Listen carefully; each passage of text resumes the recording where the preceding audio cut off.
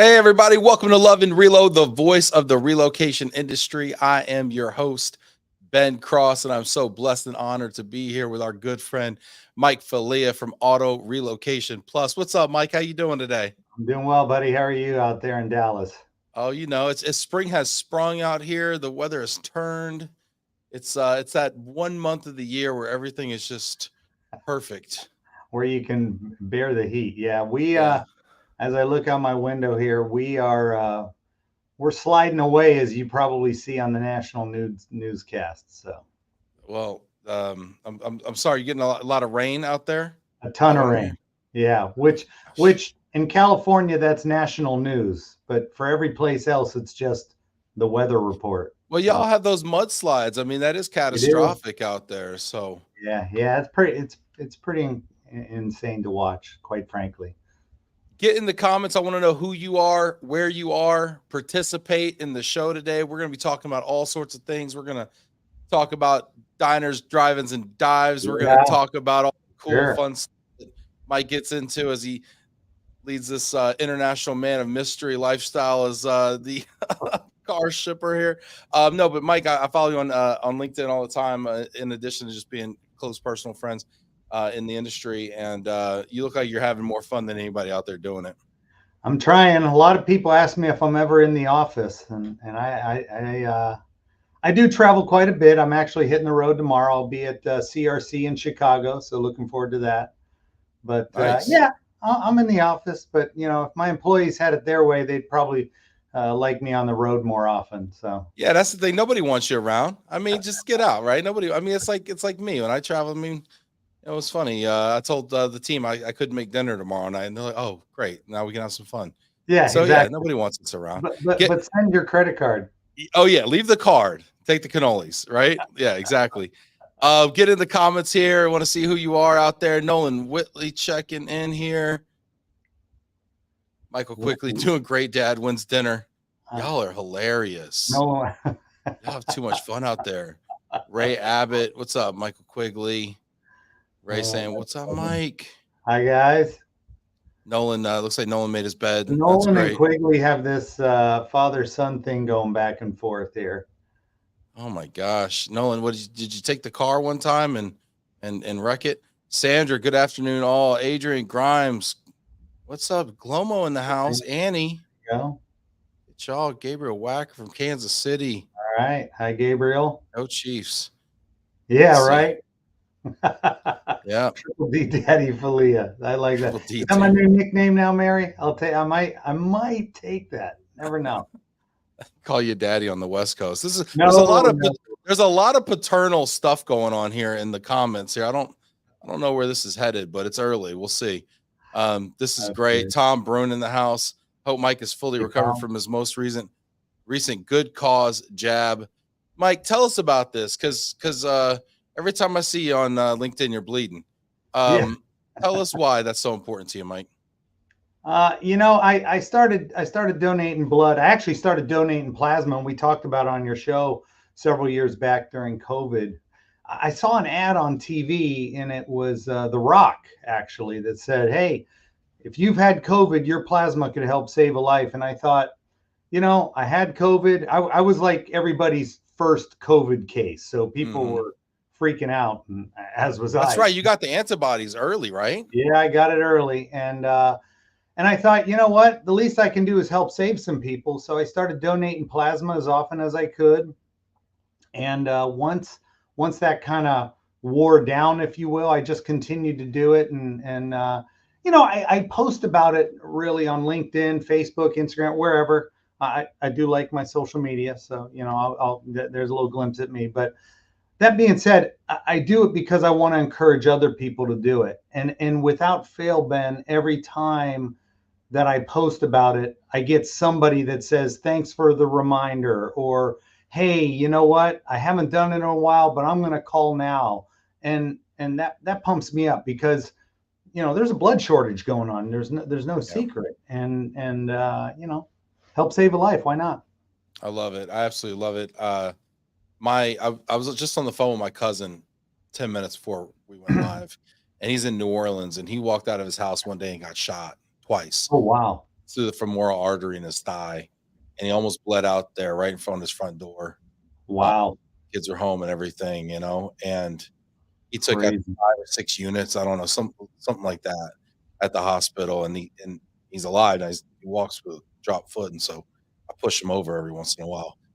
But he made it, and he made Right. it because people donated blood. So I appreciate that very much. Case in point, and I'll be frank with you, I hate needles. When I was a kid, if somebody tried to jab me with a needle, I would faint right away. Oh, really? Yeah, it was bad. How'd you get over that?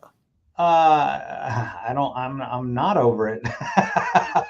I just grin and bear it, and they offer me cookies and a drink while I'm there, so it's all right. It's a good little trip. I actually know the people at the blood bank here pretty personally, so it's kind of nice now.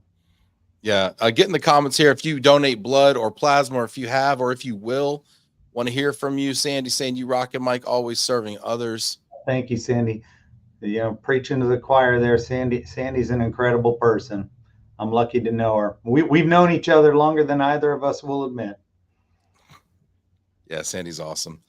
I recommend people to Sandy all the time that are looking for mentorship in this industry, and her mindset stuff. Honestly, it's changed my life. Sure. I consider myself a fairly positive, abundance mindset kind of person, but Sandy is that one person in my life who will call me on having a scarcity mindset or a limiting belief about myself, right?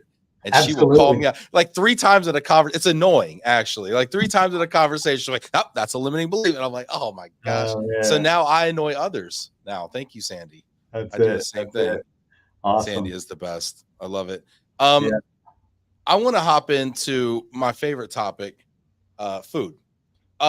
You are known as the diners, drive-ins, and dives guy. You are up there with you're the Guy Fieri of relocation, if I may. Okay. Should have spiked my hair up, but yeah. When did you? I met him in Vegas once, actually. Did you really? Yeah, he doesn't remember, but I do. Yeah. But when did you tell us about your fascination with the Triple D? It started. My youngest son, Mark, we call him Bubba. He watched the show all the time with me, and my boys and I, we would grow up watching the show. When you're on the road, you're always looking for a good place to eat, right? And so you start watching it. It's a fascinating show. Otherwise, you wouldn't be on TV for, I think it's 16 years now. So, we started watching it, and we thought, you know what? Let's start going to them. And so I started posting, and I was in New Jersey on business, and somebody asked me in the comments one time on Facebook, "Hey, Mike, have you ever counted how many Triple Ds you've been to?" And I hadn't. Yeah. So what is it? Have you counted now? I have counted now. I started counting back then, and I am now at 270 diners, drive-ins, and dives joints. Holy smoke. How many is there? That includes Hawaii and Mexico. Or excuse me, not Hawaii. It does include Hawaii, but it also includes Italy and Mexico, Cabo. What is the Triple D spot in Mexico?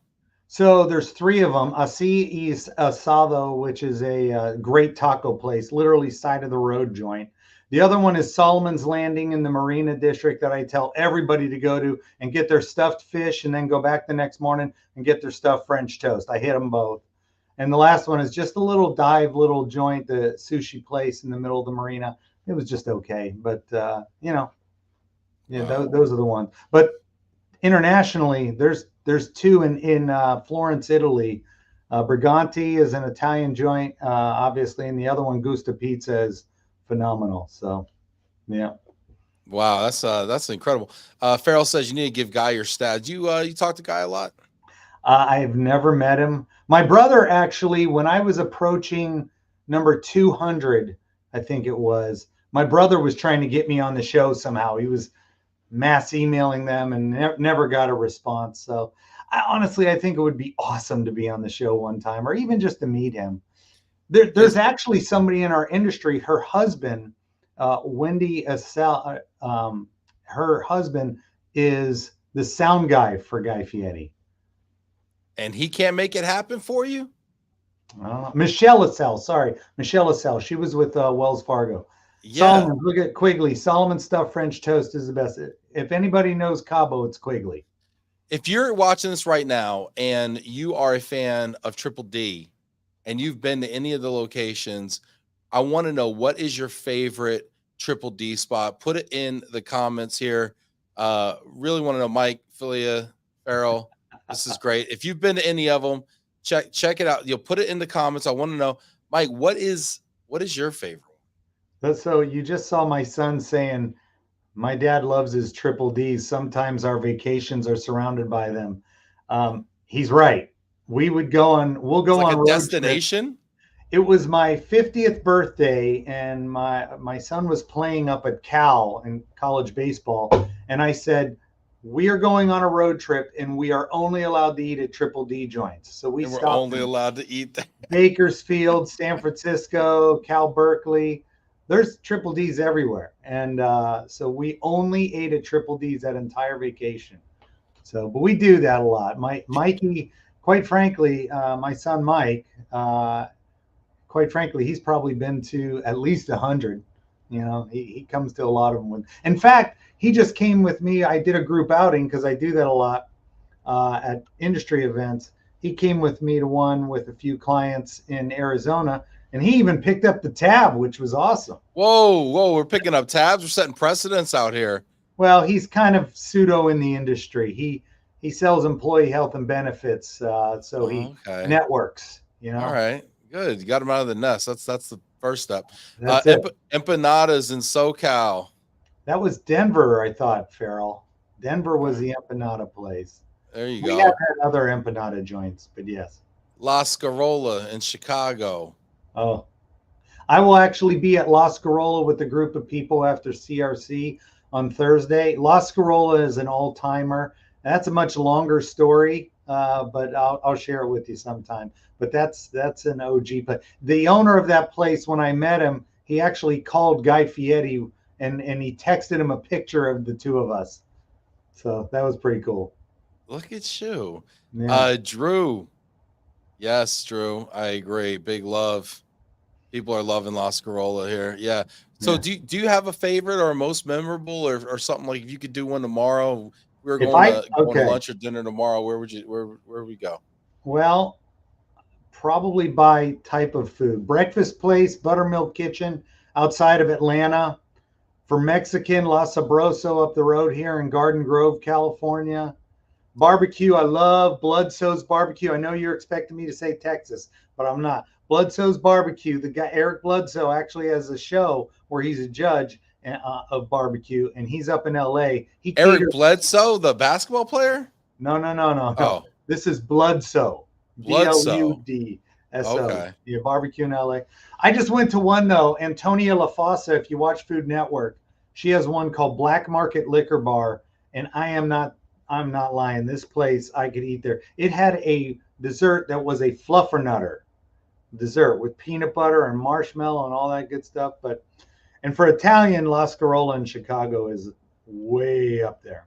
Way up there. All right. This is great here. People are chiming in here. Hit that like button. Get in the comments here. I want to know what you think. Buttermilk rocks. It looks like Mike Quigley is a disciple of the Triple D here. He's been to all of them. He knows good food. He knows good food. Oh, we got some Texans are taking umbrage with come your on, Adrian. LA barbecue. You don't know. That's just where he lives. His style. That brisket, I would eat that 5 days a week. That's awesome. There's two near you actually in Dallas. What do you got for me? Because we're looking for a dinner. We're looking for a dinner spot tonight. Whistle Britches. Okay. Whistle Britches. I took a group there during your 500th episode show. I know. I didn't go. You went with like Faye and like Brian and. We had 24 people there. Sheesh. Yeah, that was a crazy group. And then down near I think it's like near Love Field, you got Maple and Motor for a burger. But if you go to Whistle Britches, get the chicken and waffles. I don't know. We might have to go tonight. Is it in Plano? Do you remember? It's in Plano. Yeah. What do you think? Yeah, Adrian said I was there. That's great. Awesome. This is fun. Okay, question. I got a question. So here I am. You know, we're sitting here chatting about having fun, and fun is a real big part of what we do at our company. Sure. But I wanted to talk a little bit about company culture with you, Okay. Mike. Um, how long's your firm been around? How long's Auto Relocation Plus been around? 33 years. We're in our 34th year right now. And your parents started the company, is that right? Yep. Believe it or not, my dad was attending. He worked for somebody he was the sales guy for Auto Transport America, an old school name there.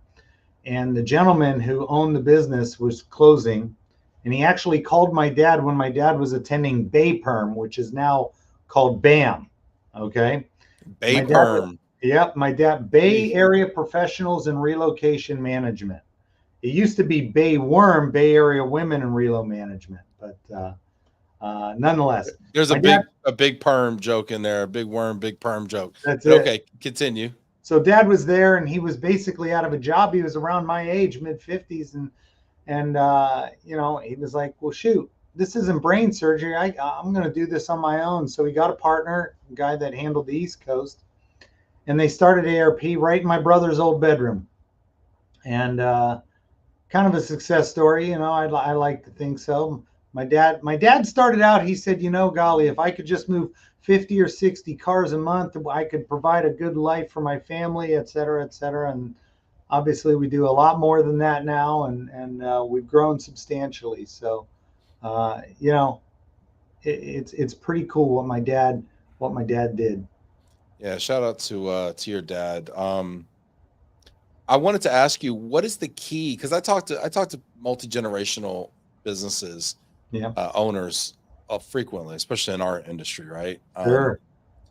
What's the key in successfully kind of passing that torch and having that succession plan? Because sometimes it doesn't work out. For sure. It's funny. My dad was my mentor, Ben. And when I worked for Hyatt Hotels, they moved me out to Chicago, and I talked to my dad every day. And I was selling hotel conventions and stuff like that for Hyatt.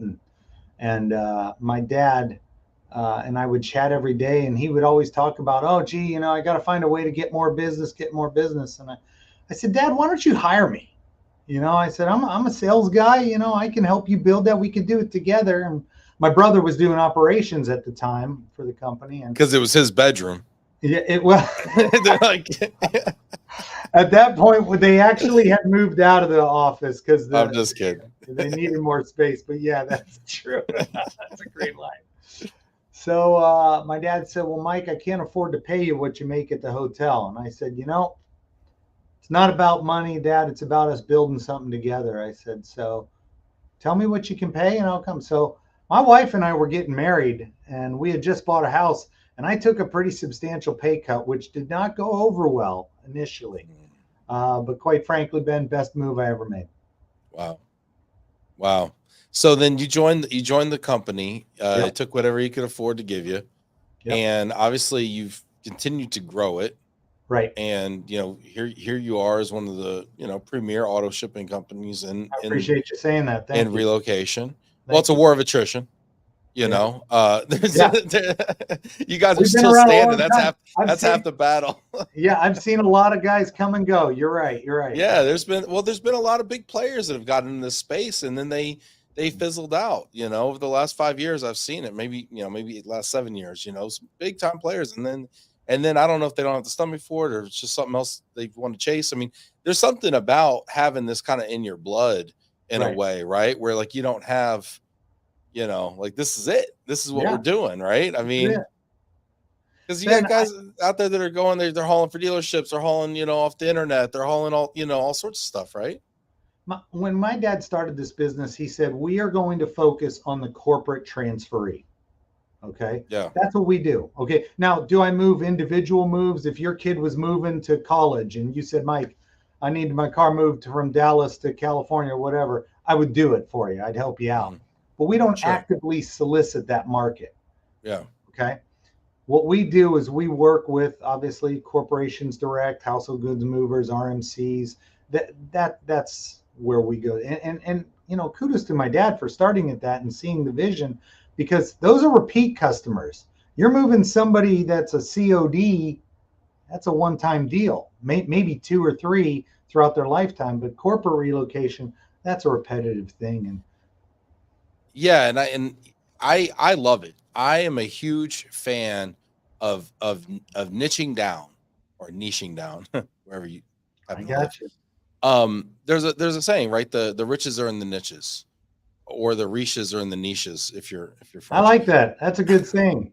Yeah, but it's true. You niching down, I think, is so important. I think it's a mistake that a lot of people make when they start a business, is starting way too broad and trying to start with like the maximum possible addressable market instead of going broad. I think people should really go deep and narrow their focus. I completely agree 100%.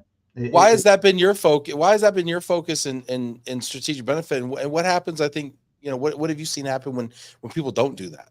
Well, you know what? It's funny. I have a story for that. Mike Quigley's on this call. He's following along, and he'll probably comment on this. But we don't try to be all things to everybody. Okay. As soon as you start trying to get into every single marketplace, you forget where you're coming from. Okay. And we've always kept the focus on the corporate transferee. My counselors outside this door right here, they know that when they're talking to somebody, this is a corporate transferee. This isn't just a college student moving from point A to point B. Not that they're not important, but they understand that aspect of the business, that this is a Yeah. corporate transferee and they need a little bit more hand holding and a little bit more Yes. attention to detail. And Quigley actually called me, I don't know, 4 or 5 years ago, pre-COVID. He said, Mike, I want to work with you. We've been friends Mike and I have known each other well over 20 years. And he said, I want to do more. Talk about a sales cycle. It took 20 years to take a Mike out for Las Corolla or whatever. That's right. That's right. Sorry, true go ahead. story. So he reached out. He says, I want to do more business with you. And I said, okay, well, he sent me the rates, and I looked at the rates, and I called him up. I said, Mike, I can't do it. And he says, well, you're looking at 600-700 cars a year. Why not? I said, Mike, your rates are too low. And if I bring on that much business at that lower rate, my other clients are going to suffer. And I'm not looking to do that. So I can't be everything to you and to everybody else. So, and at the time I turned the business down, which is tough. I mean, you're looking million and a half revenue there, probably, give or take, and he said, Mike, I never respected you more than when you turned down my business at that point. And fast forward here, we've been doing business now here again for a couple of years. So, I appreciate him saying that. And that's just who we are. I mean, look, Ben, we're large enough that we can handle whatever our clients. It was 1,000 cars and they were cheap. And they were cheap. Well, there's a reason he was shopping in it. It wasn't your pretty smile either. The last guy probably, wrecked half of them. They probably fell off the. I don't know how they were doing it, quite frankly. Well, that's what they weren't. They were doing a poor job, probably. So then it's like there's an opportunity from a service standpoint to come in, but people obviously, what do? They want you to match the price. I mean, that's natural. We all do that, right? If you could do it for what the last guy did it for, but hopefully better, then you got the business. Well, you can't do it better for what the last guy was doing it for. That's the rub, You're absolutely right, and that's what creates for us. It creates client loyalty. I mean, I have a number of clients that we've been working with, and then they'll, how this business is. People go from one company to another, and we've been fortunate enough that those clients have taken us with them, to their new clients. So that helps us grow our business. I want to ask you about this client loyalty and this relationship stuff, because I think you probably do this better than anybody out there. Well, that's nice of you to say. Well, it's honest. It's true. I mean, you have forged such strong, deep relationships with so many people, so many great people, and Mike Quigley, in fact. And I'm just kidding. I love Mike, but no. But what advice would you give to a young person or Mike's, surrogate son here? What advice would you give to somebody new in this business about kind of creating those kind of networks and those relationships? Let it be organic. So often you see somebody. I was actually at an SCRC event recently, and my son was there. Actually, we were standing in the same group, and a client walked up and wanted to talk and say hello, and immediately somebody from another industry started in on them, like, hey, who does this for you, and what's your business, and this and that. And we all just kind of dispersed, because it's like, whoa, that's not what you do at these things, right? You let it happen organically. And even my son pointed out to me, he goes, wow, Dad, he goes, that's not how you start a relationship. I said, you're absolutely right. And I was proud to hear that. I mean, watching my son network, I'll be honest with you, a couple people have said he's a chip off the old block. And quite frankly, he's way ahead of where I was at his age. But that you can tell I have a little pride in my family, but nonetheless. You've raised some great kids. Well, that's the thing too. I mean, as far as what I've learned about kids, having been one and having some now, Sure, is that you are doomed to be like your parents. yeah. Whether you want to or not. Right. We grow up, right? Our teenage years, everything. Oh, I would never make that mistake my old man made, or my mom's so ridiculous, yada, yada, yada. And then you hit 40 and you're like, okay, that's it. I'm them. I'm in. That's who I am. Couldn't help it. Right. And so I mean and I think that's why it's so important for us to model our best possible selves for our kids, because they're gonna emulate it. For sure. You're absolutely right. It's cool. It's cool watching your son go to these events with you. I kind of followed on LinkedIn. I think I might have met him once or twice as well. Yeah. And it's really cool watching him. I think you guys were at the Waste Management Open recently. Yeah. I heard they had to stop selling beer because the Filias were in town. Is that true? It was Quigley when he showed up. That's what happened. Quigley, like, oh, that's it. Shut her down. Oh, Mikey, that's a good one. What was that Waste Management Open like? Because I was reading the news reports, and I've always, that's been a bucket list thing for me. I've always wanted to go, and then I saw in the news it was perhaps the most epic event. Yeah, it is. Kudos to Bristol. Whoa. This happened last time, I think, Mike. You got like a 30-minute timer in here. There we go. Sorry. It's all good. When I sit still, it goes out. Nonetheless, kudos to Bristol Global Mobility for hosting us at that event. I mean, I've been going for, there he is, Nathan Brinker. Nate's been inviting my son and I for the last several years. And I will tell you, it's a bucket lister. It's just one of those things where you can explain it. It's like, oh, they build this big stadium and it's around a hole, and they give you a wristband and it allows you to have 10 drinks a day. And I'm thinking, who in their world can drink 10 drinks a day? I mean, if I drank 10 drinks a day, I don't even know if we'd be talking right now. So, but it's a great event. It's a great networking opportunity. Like I said, Bristol puts on a great show, and I'm thankful that I'm part of that family and a service provider of theirs, and they allow me to attend. Yeah, maybe one year I'll get the nod. Who knows? Got to get Joe Cardini on the show and put him on the spot for an invite, right? It's been too long. He forgot he was on. Scottsdale Police said they're going to change some rules for the waste management next year because there were too many relocation people. Is that right, Mary? Is that what it says here? I think so. Well, relocation people arrested, maybe. I don't know. It's implied. Okay. Yeah. Got it. Implied. Yeah, no.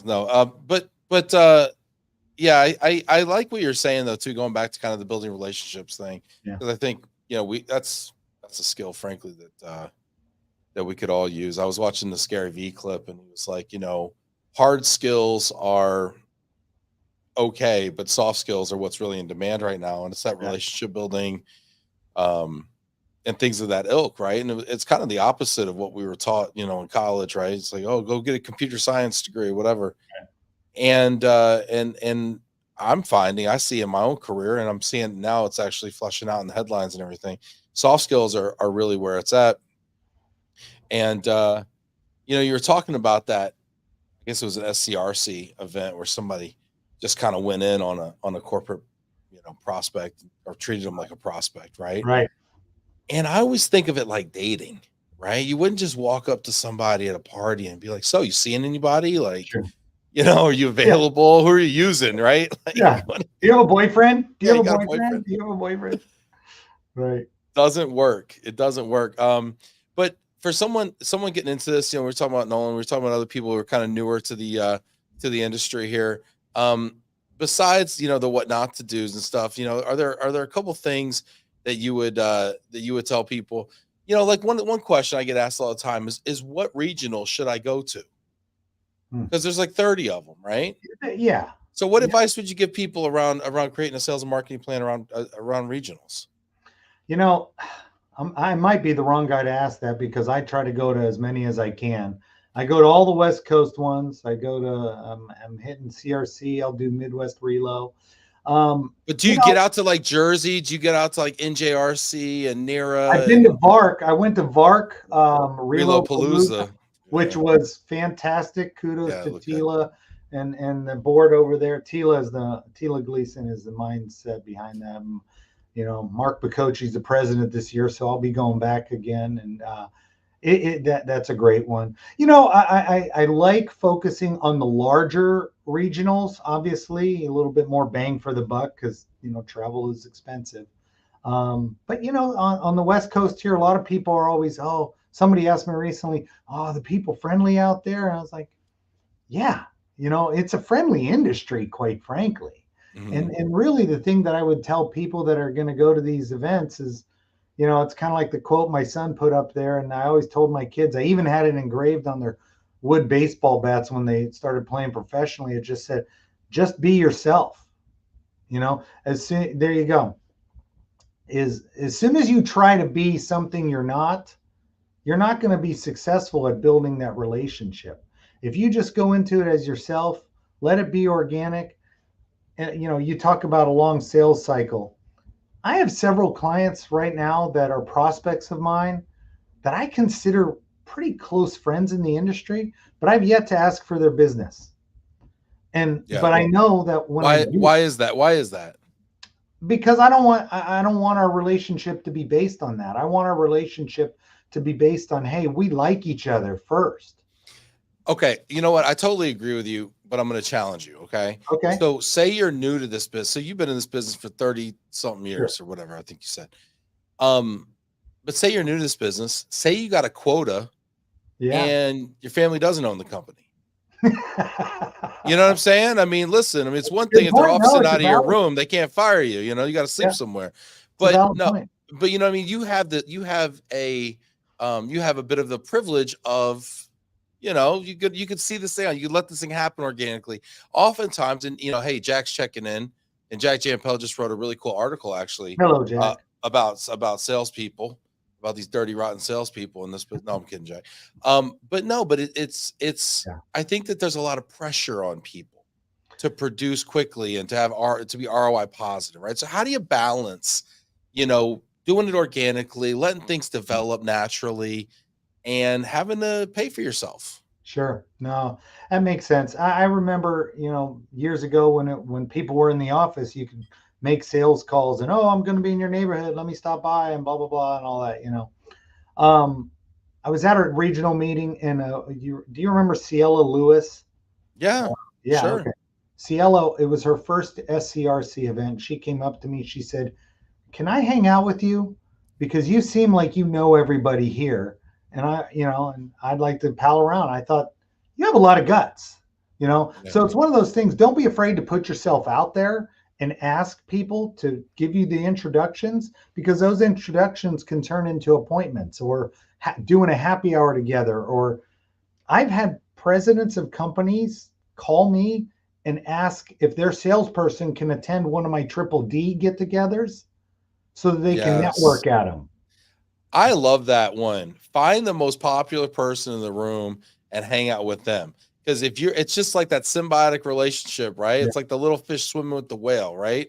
Like you're sure. going to meet a lot of people in That's it. that process and you're going to get put in a lot of situations. I remember my very first AMSA conference, the former American Movie and Storage Association conference. I was fortunate enough that somebody took me under their wing and invited me to what turned out to be Tim Hughes's 60th birthday, and there was Oh all wow. these, you know what I mean, the Morissette brothers who own Interstate were there, and um, gosh, there was that table was that table. It was my first event, and I'm at this table. I'm probably like 29, Right. and I couldn't spell HHG, right? And I'm sitting at this table. I think I worked at Pack Rat or Pods at the time, right? So like I totally fish out of water, but just sitting there and seeing like the way things really work and kind of it was incredible. And I love the story too that you tell there and the advice you're giving there.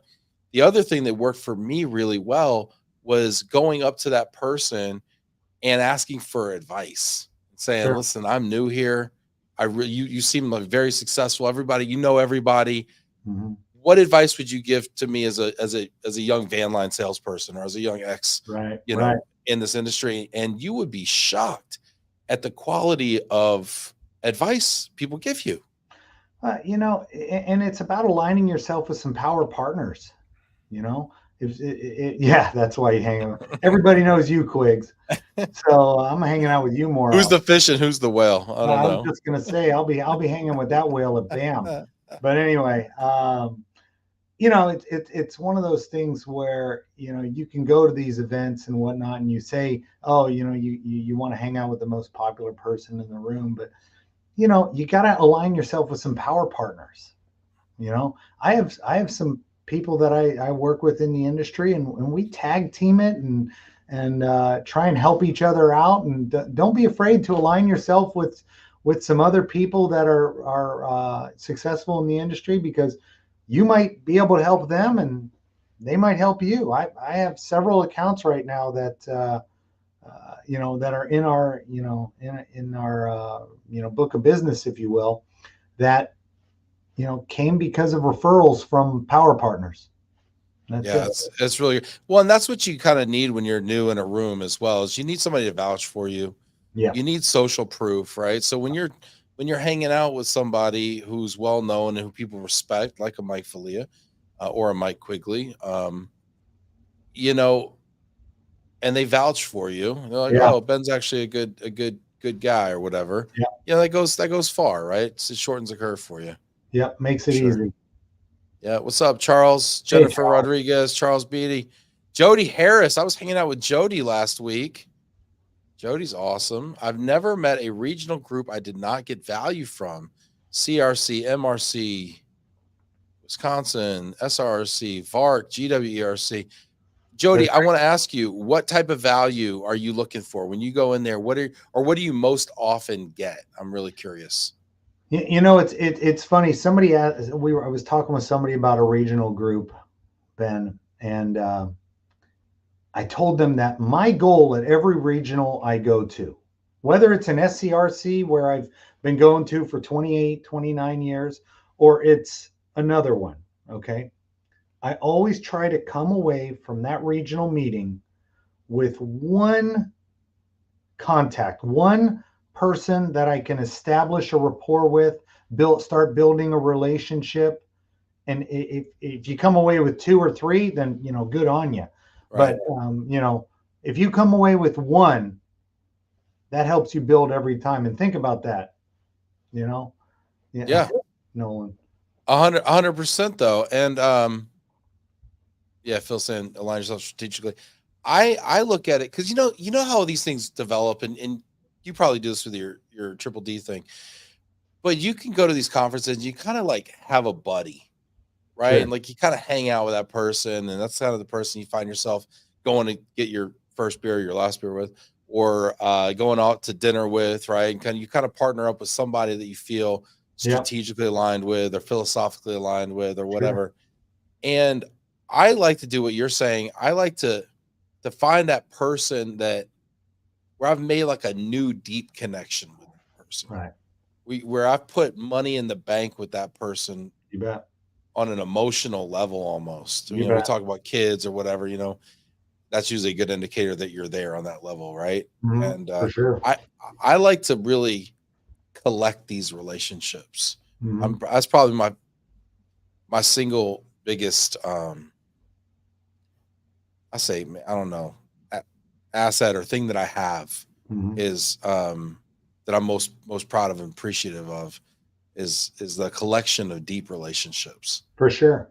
that I have in this industry. You know, and this, you're absolutely right in this industry. I wrote that in my company newsletter early part of last year. I said, you know, I have a lot of relationships in this industry right now that even if I left, you know, auto relocation tomorrow and I was working in whatever other industry, I would still want to hang out with those people Yeah, because I still genuinely like those people. And you know, it's interesting. You know, the relationships you build, and you know, your little text chat groups, and you know, those are your power partners too. You know, yeah, you know, yeah, loving it. I think regionals are where it's at to make the real connections and learn what's going on in that part of the world. How do you see right. the regional scene compared to, say, the national scene with WERC? Well, WERC is great. First off, you know, been attending those meetings. I did a count at the last WERC in where was it? Was that Boston? Is that where we were in Yes, October? we're in Boston. Yeah. Okay. I think. I've been to over 50. Sheesh. They were Okay. doing the two. They were doing the two a days, They were right? They had doing the the two, national the and then the national and the global, and I've been to over 50, and wow. that's a lot. I That's a gotta admit, lot. I actually didn't want to say it because I There's was a looking. lot of rings on that tree. I'll tell you what. There's a lot of rings on that tree for sure, and but you know, they obviously serve their purpose, but you're still kind of, you know, with your group, like you said, that one go-to buddy that you hang out with, and you know, you take the time to organize smaller events, a little dinner, a little lunch, grab coffee. It's great for networking, obviously, but the other side of it is on the regionals. I just feel the regionals just give you the opportunity to be involved on more of a local scale. I'm a big local guy.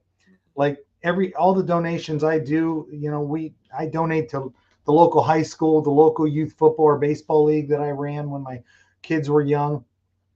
I'm a big local guy. So the regional groups, I love going to that area and just learning a little bit more. I didn't know a whole lot about Portland. Okay. And I went up there. I went to Portland, and I've been attending PRC meetings. That's a great group of people up there, and so now I enjoy going up to those events. So Yeah, Portland's great. Love those folks. That's one of my favorite. I look for like the vibe. I don't yeah, know. It's like the kids are all saying that this day. What kind of vibe? I look for the vibe. Portland's got a really cool vibe. Portland Big has a part. vibe. Big part of that is Vinny. Deb Convery was huge. Tanya. I Kate, mean, they Katie so many Rudnick, cool people. Katie Rudnick. Katie. Oh yeah, Yeah, I mean, real solid people up there in Portland. absolutely. Um, That might be the most welcoming regional that there is. No, no, you know, not putting everybody else down or anything no, I like think that. you are. I think you are. I Yeah. think you just did. You put them all behind. Hey, I'm a former two-time president of SCRC, and believe it or not, Ben, I was the first male president of BAM. Wow. First male over 20 Look years at you ago. breaking through the ceiling Right? there. The glass ceiling? I don't think so. I don't think so, buddy. But remember, it was Bay Worm. Bay Worm. Yeah, Yeah, that's great. Sandy saying regional groups allow so many young professionals to get involved with the they do. industry. You They bet. rock it. We have a Yes. mentor mentee. We have a mentorship Tell program us out about there. that. SCRC has a mentorship program where, you know, obviously, you know, kind of like Sandy talked about on your show a few years back, you know, taking some mentees under your wing. And we have a great group. I mean, we had 26 pairings, or excuse me, 26 participants, 13 pairings, and we've already almost doubled that for the next program here. And it's really great because most of the people involved, you know, they're you know, counselors and people that wouldn't normally get invited to a regional group because they're a, you know, they're not on the business development side or operations, something like that. What is key to being a good mentee? To being a good mentee is sharing your wisdom and experience. I mean, you know, I have mine is this young man named Stephen Gallegos with Weichert, and he and I have developed a really good relationship. And it's not only being a mentee from the professional side, you also have to be a mentee from the personal side. I think that just helps them trust you. And it's building, really a big part of it is building trust. Is what this person is telling me something that's going to help me advance in my career? And I've really enjoyed. So when I started with Steven, we were talking about how he works at Weichert and he's a counselor on the rental side and whatnot. And I told him, I said, go into your boss's office and say, I want to do this, and these are my goals, and I want to go to a regional event, and I want to do that. I'll be darned. We had our November event, and there he was, dressed up in a sport coat and nice pants and ready to network. That's awesome. And That's that was really a big cool. deal for me as the mentor, because you didn't think that was going to work. You were like, this may or may not work. I don't even know. Right? Next thing I know, this guy's coming to meetings. And kudos to his employer, Weichert, for allowing him to attend. Yeah. And I think more companies should allow their relocation counselors or whomever in operations to shadow maybe their business development people and at the regional group. The key, and the key is, though, he asked, right? He asked for that opportunity, and you're not going to get them, but you're certainly not going to get them if you don't ask. So for sure. Great story. Great story here. Jennifer Rodriguez, I love that idea, Mike, as this industry is changing. This is brilliant. Mm-hmm. Thank you, Jennifer. I want to ask. Will be at La Scarola with me on Thursday. Man, I'm so jealous. She's the president of CRC, and I will tell you, I'm going to embarrass her real quick. Nice. Let's go. She's an up and comer. I'm telling you that. Oh yeah. That young lady there, she's got a bright future ahead of her. Oh yeah, you're not breaking news. We knew this, Mike. Yeah, I get it. People in the Midwest, I'm telling you, there's a reason she's leading that organization. Yeah, that's really cool for her too, and I agree. I think sky's the limit. Let me ask you though, because we got oh gosh, we got some good stuff. We got a top 5 and we got an overrated, underrated today. Yep, good one. Should we just hop into it? You did. You know what? Hit that like button. I know, but I'm just a mouthpiece. I got more questions. Away. Here. I'm here for it.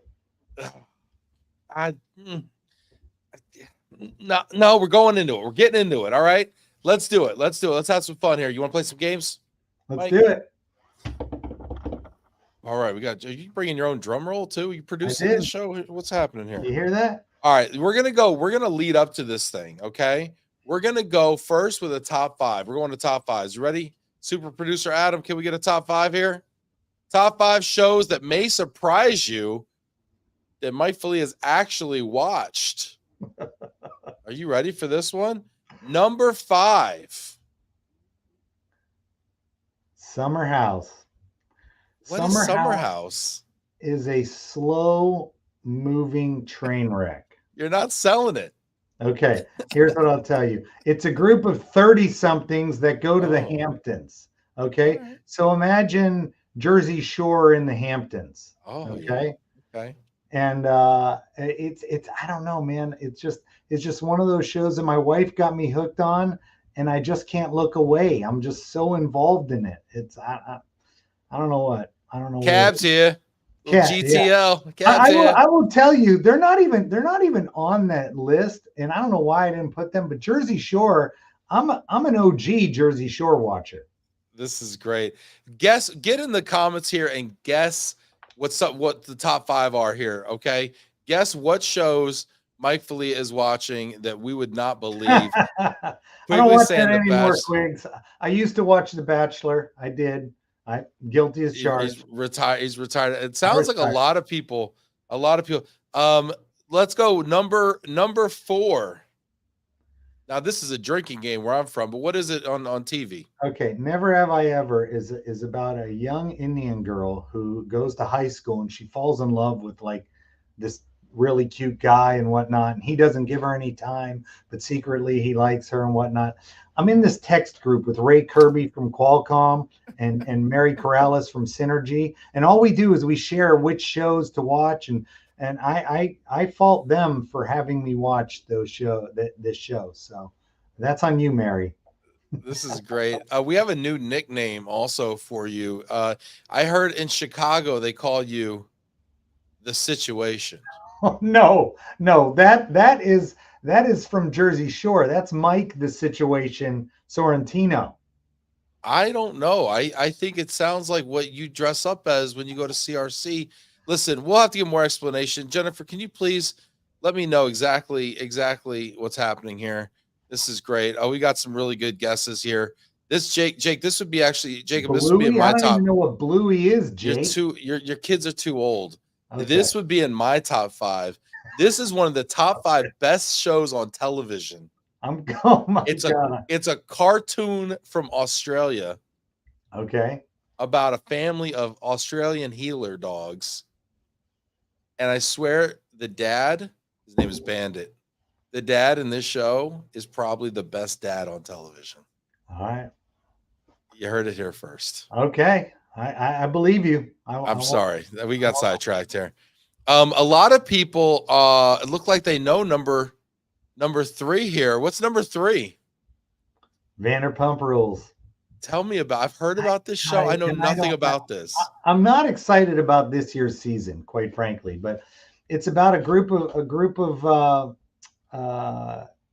20 somethings, sometimes 30 somethings. Now some are in their 40 somethings, but it's Lisa Vanderpump. She and her husband have a number of restaurants that they own, and they used to have 3 in Hollywood. Now they only have 2, but Pump just closed. It's about all their employees from this one restaurant. And quite frankly, it reminds me of my days working for the hotel industry where I met my wife, right? Yeah. Everybody's young, everybody parties together, everybody hooks up. It's the whole bit, you know? And Nice. that's kind of Vanderpump Rules. So now my wife and I, when we go and we took a weekend and went up to Hollywood, and we went to Sir Lisa Vanderpump's restaurant. We met her partner, one of the owners. That was cool. So, it's, I don't know. So this is about the restaurant. It sounds like you were describing Below Deck there. Well, it is Below Deck, only at a restaurant. Got it. Okay. That's really what it is. This is great here. People are enjoying this. All right. Number 2. Bridgerton. I'm telling you. Really? Lady Whistledown and all that. I'm telling you. This show, the fact, I don't know what it is, but I can't wait. I think the next new season comes in like August or September, something like that. I can't believe they're making us wait this long. But Bridgerton is just, it's about, these royal families and how they all these families back in the, England and stuff, how they operated, and, who hates who and who loves who, and how they try to pair up their kids. Is this a historical fiction, or is this real? Oh, it's historical fiction. Okay. There's no way. I mean, I'm sure there's some reality to it, but no, it's fiction. Okay. All right. 100%. Got it. All right. Number 1. It's the best show. Emily in Paris. I'm telling you, I don't care what people think about me. You know what? I like this show. Okay. See? I like this show a lot. See? I'm just the guy that has the guts to put it out there. Yeah. Okay. You really do. Emily in Paris is a great show. So the next season she's supposed to go to Rome. I think that Emily girl in Rome? Yeah. Well, it's Emily in Paris, but she's going to have like a romance in Rome, so to speak. That's what I've read on the blogs. You follow the blogs for Emily? Well, it was one blog. It was one stinking blog. I read it and I was like, oh, it's going to be Italy. And I love Italy. So there you go. Oh, man. Look for Mike Filia here making a cameo during Emily in Rome. This is great. No, it's actually it's quality TV. It's good. It's the best thing to come out of France since the fries. There you go. Emily in Paris. I love it. All right. It looks like some people like your picks here. There's some notable omissions here, such as Suits. Okay. I love Suits. My son, Mike, that is his favorite show. I think he's watched the whole thing 2 or 3 times. I went the other way, Drew. I went with what people would be surprised I watched. Got it. Got it. Yeah. Okay. Yeah. Now, if you want to go, favorite shows, Suits, I'm definitely going to argue that onto the list. Yeah. Suits was the most streamed show on television Yeah. or on Netflix Unbelievable. last year. So, and I Incredible. heard that they're going to do a Suits in LA Suits or something like But that. people in LA don't wear suits. Exactly. I was It's admonished part of when I my went to overrated and BAM. underrated, but we'll get to that later. Yeah, we'll get to it here. People are enjoying this here, except for Mike, who's shaking his head. Let's hop into it. Okay, the moment you've all been waiting for. We've made you wait 58 minutes. Overrated, underrated. Mike, do you know how to play? I do. I watch your show every week. Everybody I told knows you the I have an rules. alarm for your show every week. Everybody, thank you. I appreciate everybody. Everybody knows the rules. There's only 2 rules. I'm going to ask you and give you a topic. You are going to tell me if it's overrated or underrated. And the second rule is I will tell you if you are correct. Are you prepared? I'm prepared. I'm ready. That's what they all say. Here we go. Overrated, underrated. And the first one up is attending regional relocation group meetings, overrated or underrated? It's underrated. 100%. 100%. I mean, we talked about it earlier. I don't want to beat a dead horse here, but Can it possibly be underrated? I mean, it's all people talk about. yeah, I know. But if you don't attend regional group meetings, you're missing out. I mean, if you're only focusing on the mothership that is WERC, which is great to attend, and I encourage everyone to do so,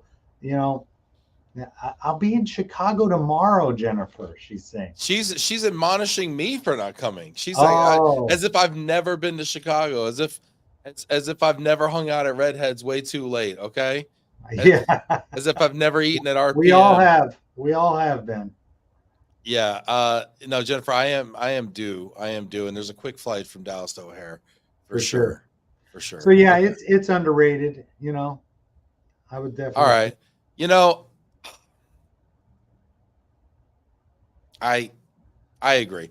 I think this is where business happens because this is where relationships are built because you're going to 4 of these a year in a given market or 3 or whatever, and you're only going to 1 ERC a year, right? Yeah. And the corporate folks who can't make it to the big show, this is where they live. And if you're trying to make those types of relationships, yeah, I agree 100%. I probably attend 18 to 20 regional group meetings a year at least. I will tell you the big underrated is sending your downline employees to these groups. Like you were talking about the guy from Weichert. Yeah. My whole team, when we there's an NTRP meeting here in Dallas, my whole team goes. That's great. You have, well, it's a cost, it's a day out of the office, whatever, but you get such a more holistic kind of, I don't even know if that's the right word. Understanding of the industry, the context, how all the pieces fit. I mean, that's half the battle with this stuff. For sure. So, apparently we're not taking excuses anymore. There you go, Ben. She's holding your feet to the fire. Yeah. Told you she gets after it. Yeah, that's what you need, though. That's what you need. And a president, she might be the president, but it's not a democracy. Okay, this is a totalitarian system. Okay, she is going to tell you what to do. You got to get up to the Midwest ERC. It's in St. Louis this year. Let's keep it going here. The next one up is wearing suits and ties in the West Coast. You know the answer. I mean, I dressed up for you today. I appreciate you wearing pants, Mike. But here's the deal. Here's the deal. So go on the record. What's the answer? Overrated or underrated? Oh, it's way overrated. Yeah. Okay, but here's the problem.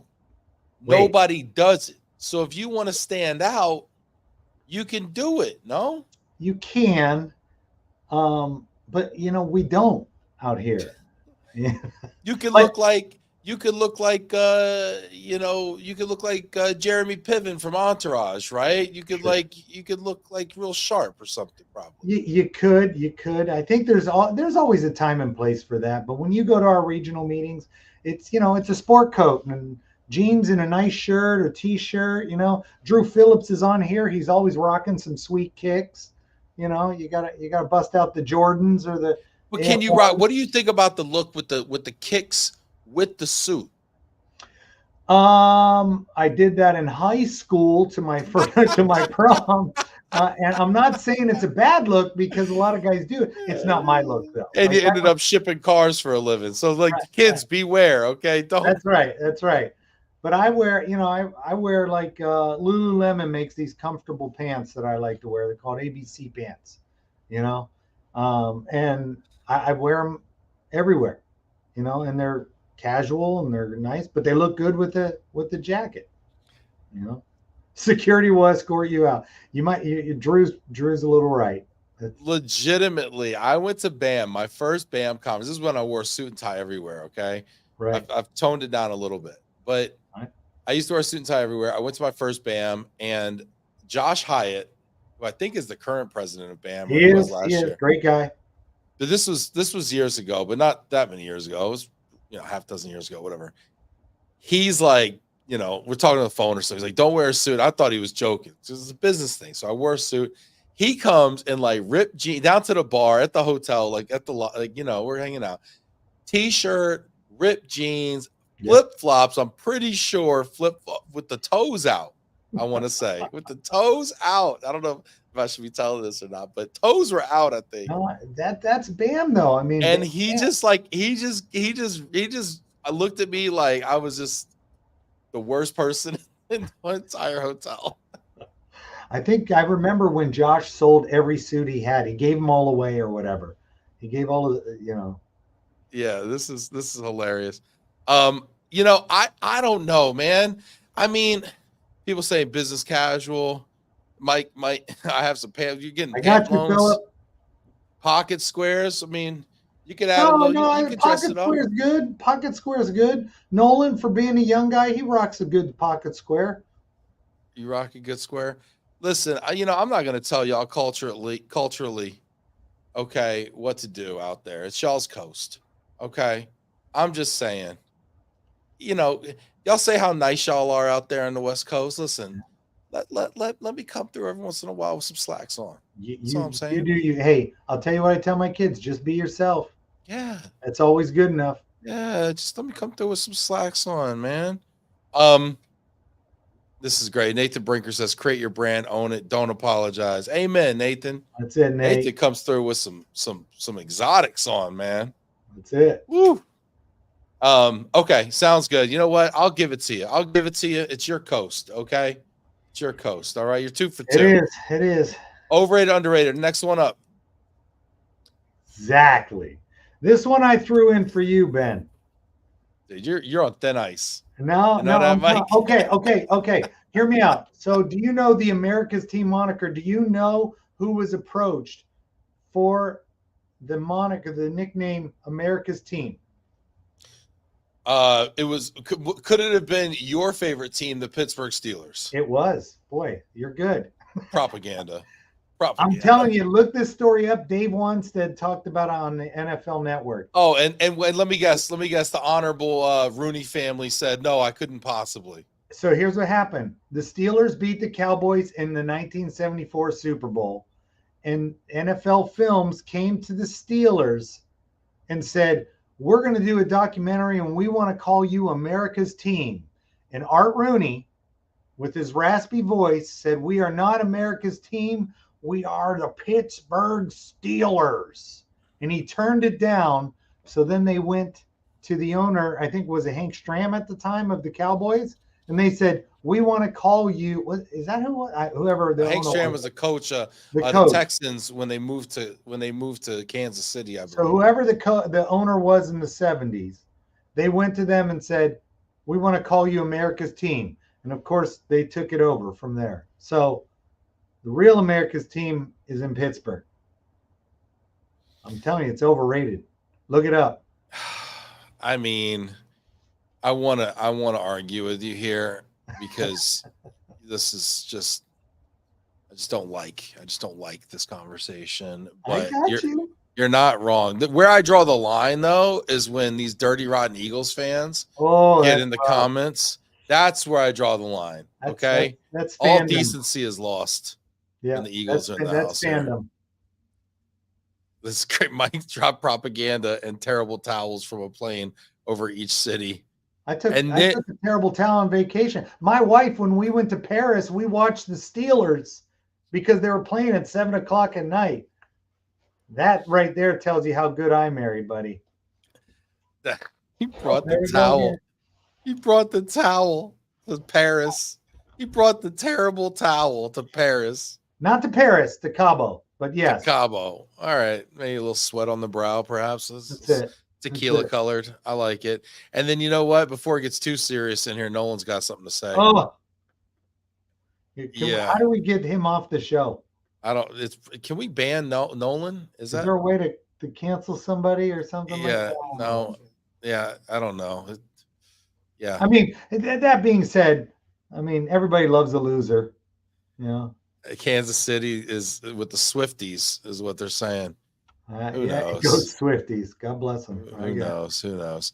And actually, did you know Nathan Brinker is Harvey Specter? I can believe that a little bit. Yeah. Very cool. Listen. The Dallas Cowboys are not America. They are the most popular team. They are the most valuable franchise in all of sports. All of sports worldwide. I give so you that. Perhaps they should be the world's team. Oh my God. Oh my God. I mean, the people have spoken. People have spoken. You're making me weak. Do they disappoint people? Sure. Oh, okay. Sure they do. Okay. Are they more idea than execution? Perhaps. Yes. Perhaps. For sure. But get your kid.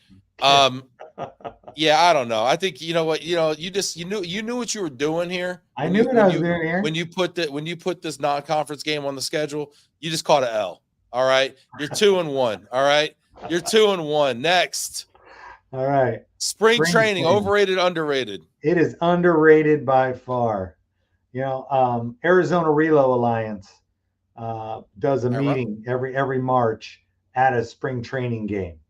And if you haven't, it's a great idea. It's a great event. I try to go every year, but I've been fortunate enough and I've been blessed to have 3 sons that all played professional baseball. Oldest one, Seattle. For a second there, I thought you weren't going to be able to work that into this conversation. Come on, so baby. I applaud that you did. Go ahead. No, so my oldest was Seattle. My middle son, Mike, who's on here, he was with Kansas City. My youngest, Mark, we call him Bubba. He's with Cleveland right now. And, I love going to spring training. If you like baseball that much, you will love spring training because it's so accessible. You're so close to the players. It's like a barbecue's going on and there's Major League Baseball being played right next to you. Yeah, cheap tickets. I mean, well, not so much anymore, but yes. Oh, really?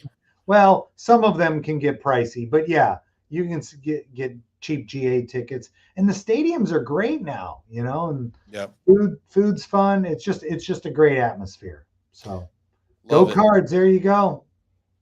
Love it. Yeah, that's another one. I've never been to an ARA, and that spring training game is. I feel like every regional has like their signature event.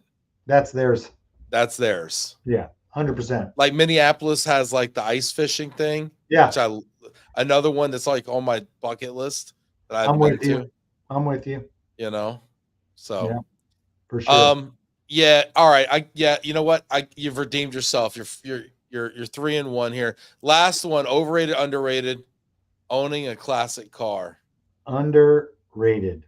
100,000%. $100,000 of repairs? Well, my wife's not watching this show, I hope. But yeah, probably. Here's what I'll tell you. Rick Willard, who worked for Wells and isn't in the industry anymore, really. But I moved his car. He bought a little MG, and I moved it for him. And I said, "Good for you, man." I said, "One day I'm going to own one. I just got to get my kids out of school and blah blah blah." And he goes, "Mike, just go do it." He says, "Go buy your classic car before you get too old, and you won't be able to enjoy it as much."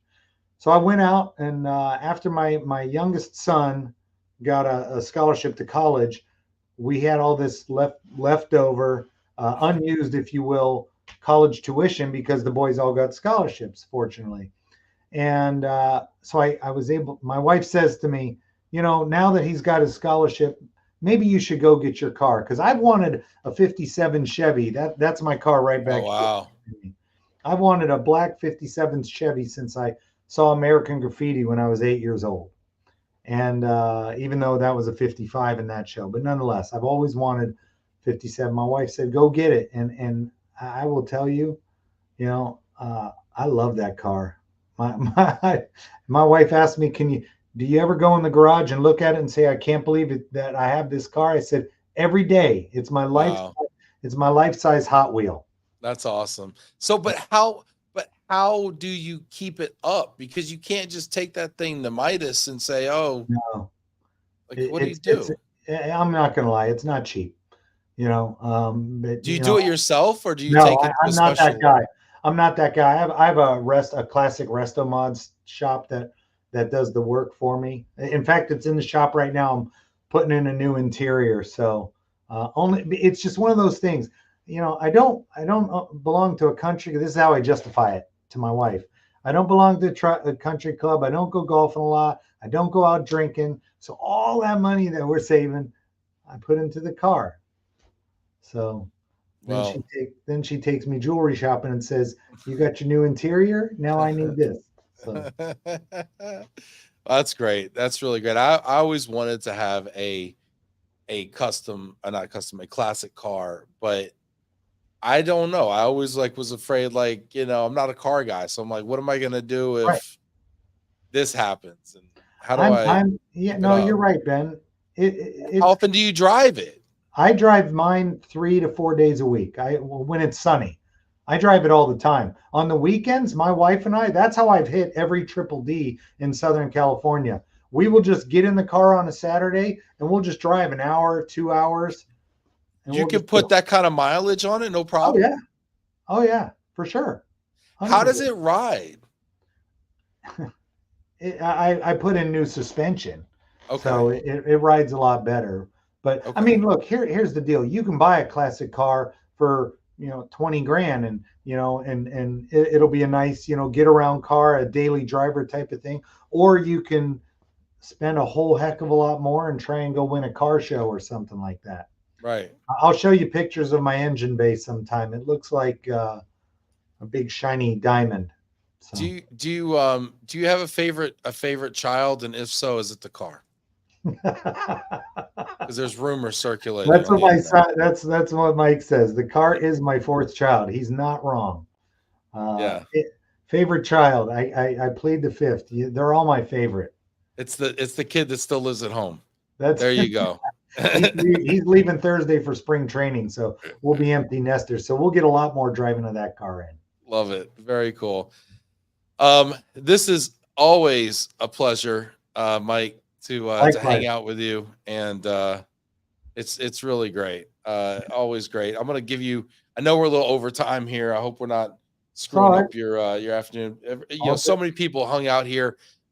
Thank you everybody that hung Yes. around to the end. Hit that like button one more time here, Mike. I'm gonna give you the final thought here to leave us with. I want to turn the tables on you, Ben, real quick. Yeah. Give me 3 people that you would like to have dinner with at a regional meeting or a WERC meeting from the industry. 3 people, and you can ask them anything you want. That's Three my final. people I want to have dinner with at a regional or an ERC. Right. Just dinner. We're just hanging out having dinner. Just hanging What out. what type of what type of spot is it? Can be whatever you like. It could be a steak place. I know you're from Texas, so you got to like a big steak. It could be a Steak's triple D not joint. bad. And listen, and I know what you're thinking. You don't have to include me. So pick 3. You don't do what I would do and invite yourself to things. That's right. Gosh, I really like to laugh a lot. That's my Perfect. thing. That's what I do. And so and I have to invite some people. I have to invite people with big appetites because I'm like an apps guy. I'm like, let's share a bunch of stuff. I like it. Let's get dessert. Let's Yeah. get the, we got to get the cocktail before the dinner. We got to get the wine with the dinner. We need we need the little digestif afterwards. We got to really do, we need a Gotta sambuca, a go little deep. You gotta go three deep. beans. Yeah, we got to do a 2.5 hour dinner, Sure. and we got to laugh the entire time. So that means basically I can't have any vegans. I can't have any, people who are better people than me, because of the way they eat or drink or, life choices. So I need Great. people who are kind of like somewhat degenerate, like hold it together, but somewhat degenerates, Right. let's be honest. I really enjoy cutting up with Brian Rivers, All when right. I'm on Great the guy. West Coast, Great right? guy. You know, he's a Yeah. lot of fun to cut up with over dinner. I really enjoy, because I'm kind of thinking like, regional here. I'm kind of thinking, I really enjoy Oded Carmi, cutting up with him. He's the DN Van Lines over in Boston, All right. Gosh, and I got one more here, huh? And, Uh, and I know I'm putting you on the spot, and I know you'll forget somebody, and we'll get off the show, and you'll be, oh, I should have mentioned them. So nobody take offense. no, yeah, no, be offended for real. No, no, I already insulted the vegans and the sobers. I don't know what else I could do. No, who else would be a third person that I really enjoy just sitting down and having a meal with? You know what? Mike? I'm gonna throw you in my three, because I know I'm gonna leave you to picking the spot. So I'm gonna bring you in, because I know it's gonna be thoroughly researched. It's gonna be a true experience, which is Well, gonna be the, I I do have, was, I yeah, appreciate the invite, my friend, and I do have that reputation. So yeah, I got you. yeah. So you're in. I like it. It's a war of attrition. I couldn't think anybody else, and Mike, you're right here. So I always take what's handy. So, so They when say, all else fails, whoever's closest. yeah, they say in sports the best ability is availability, right? And Mike was handy, so That's boom. it. That's it. Hey Ben, No, listen, I thank know you. we're coming to the end here. My final thought is just this. I really appreciate what you've done here with Love and Relo, being the voice as you call yourself. But you've given a lot of people an outlet to showcase what they do on a personal stage. And kudos to you. Your 500th episode get together was one for the ages. That was good. I hope I'm at the 1,000th. And I know we're right around the corner of that with as hard as you work. But I appreciate you having me on your show. I know a lot of people appreciate being on the show. So with that, I just want to say thank you for this time to visit, catch up, and share a little bit about me. Yeah, thanks, Mike. I appreciate that very much. That was really kind, and I appreciate you showing up for that 500th event. That was super cool. That was kind of one of those, kind of a culmination of a whole lot of work, that we didn't know what we were doing doing it, but It was a good, it all turned into something in the aggregate. your team did a great job pulling it off. It was Oh, awesome. they did. Yeah, they sure did. Yeah, thanks to the team. They Yeah. really did work their tail off. Thanks for being here. Thanks for everybody tuning in. We wouldn't have a show without y'all. It would just be me and Mike talking to each other. So thank you for being here. Hit that like button. We've got a full slate this week. So tune in every day at 3 Eastern, 4 Eastern, 3 Central. Thanks, everybody. We will see you tomorrow. Sounds good. Take care.